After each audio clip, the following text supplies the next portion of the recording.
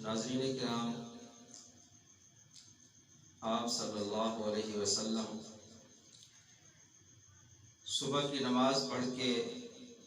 فارغ ہوئے تو صحابہ کرام رضوان اللہ تعالی علیہم اجمعین کی طرف متوجہ ہوئے۔ آپ نے فرمایا، کون ہے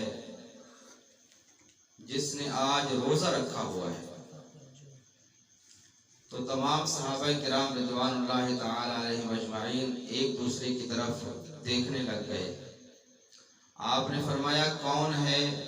جس نے روزہ رکھا ہوا ہے؟ حضرت ابو بکر صدیق رضی اللہ تعالی عنہ نے عرض کیا، یا رسول اللہ صلی اللہ علیہ وسلم، میں روزے دار ہوں، اس لیے کہ آپ نے ہی اس طرف توجہ دلوائی ہے۔ اگر آپ نہ پوچھتے تو میں کبھی نہ بتاتا، لیکن آپ کا حکم ہوا ہے تو میں نے بتا دیا ہے، میں روزے دار ہوں۔ پھر آپ صلی اللہ علیہ وسلم نے ارشاد فرمایا کہ کون ہے جس نے مریض کی عیادت کی ہو؟ حضرت عمر رضی اللہ تعالی عنہ کہنے لگے، یا رسول اللہ، ابھی تو ہم نماز پڑھ کے فارغ ہوئے ہیں، ابھی اٹھیں گے تو کسی کی عیادت کریں گے۔ آپ نے فرمایا، کون ہے جس نے مریض کی عیادت کی ہے؟ تو حضرت ابو بکر صدیق رضی اللہ تعالی عنہ نے عرض کیا، یا رسول اللہ صلی اللہ علیہ وسلم، حضرت عبد الرحمن بن عوف 2-3 دن سے نماز میں نہیں آ رہے تھے، تو مجھے معلوم ہوا کہ میرا دوست بھی ہے اور وہ بیمار ہے، تو اے اللہ کے نبی صلی اللہ علیہ وسلم، مجھے معلوم ہے کہ میرا دوست عبد الرحمن بن عوف رات کو جلدی سو جاتا ہے، لیکن تہجد کے ٹائم نماز کے لیے ضرور اٹھتا ہے، تو نماز فجر سے پہلے میں جلدی اٹھ گیا تھا اور اپنے دوست عبد الرحمن بن عوف کی عیادت کر کے آیا ہوں۔ حضرت عمر حیران تھے۔ پھر آپ صلی اللہ علیہ وسلم نے ارشاد فرمایا کہ کون ہے جس نے مسکین کو کھانا کھلایا ہو؟ تو حضرت عمر رضی اللہ تعالی عنہ دیکھنے لگے کہ یہ بھی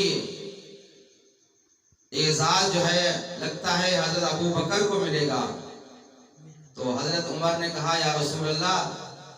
نماز پڑھیے، نماز کے بعد پھر کسی مسکین کو کھانا کھلائیں گے۔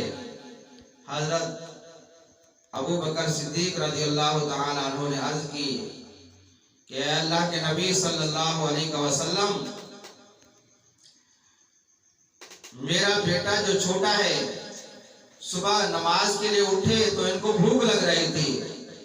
تو میں نے اپنی اہلیہ سے کہا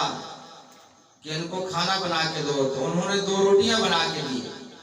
ایک میرے بیٹے نے کھا لی اور ایک اس کے ہاتھ میں تھی۔ جب ہم نے دروازہ کھولا تو سامنے سائل کھڑا ہوا تھا، سامنے فقیر کھڑا ہوا تھا، تو اس نے کہا کہ میں رات کا بھوکا ہوں اور میں انتظار میں تھا کہ کس کا دروازہ کھلے گا، میں اس سے کھانا مانگوں گا۔ تو میں نے اپنے بیٹے سے کہا کہ بیٹا یہ روٹی ان کو دے دو، تو یا رسول اللہ، میں مسکین کو بھی کھانا کھلا کے آیا ہوں۔ مفسرین کرام ارشاد فرماتے ہیں کہ وہ جو غار ثور میں آپ صلی اللہ علیہ وسلم نے حضرت ابو بکر صدیق رضی اللہ تعالی عنہ کے ساتھ جو لمحات گزارے تھے،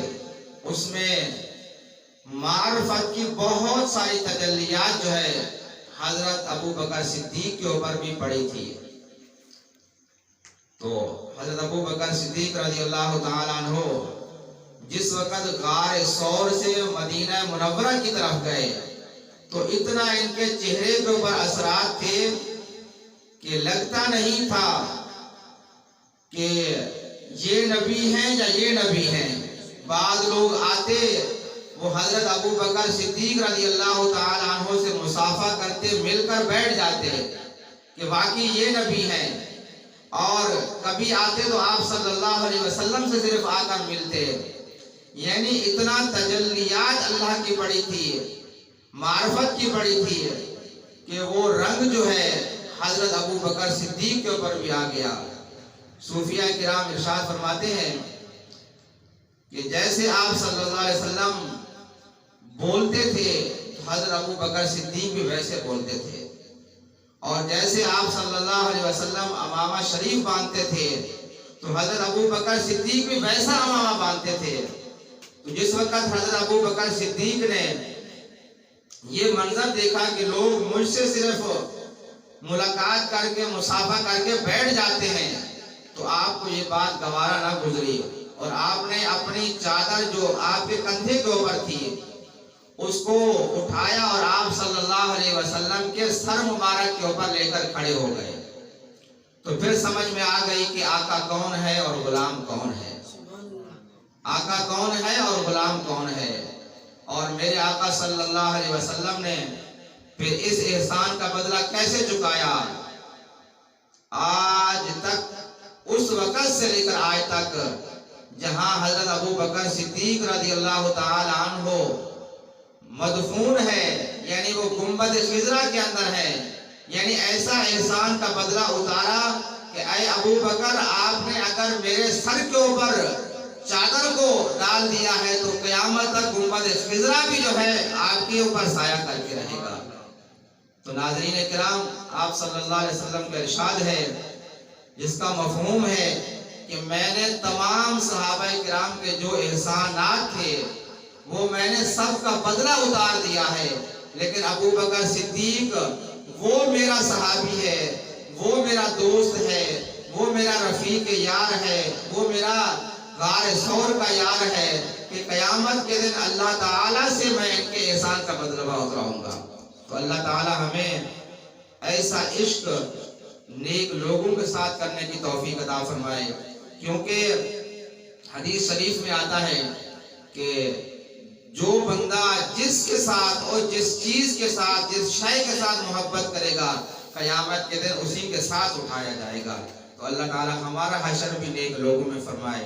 السلام علیکم ورحمۃ اللہ وبرکاتہ۔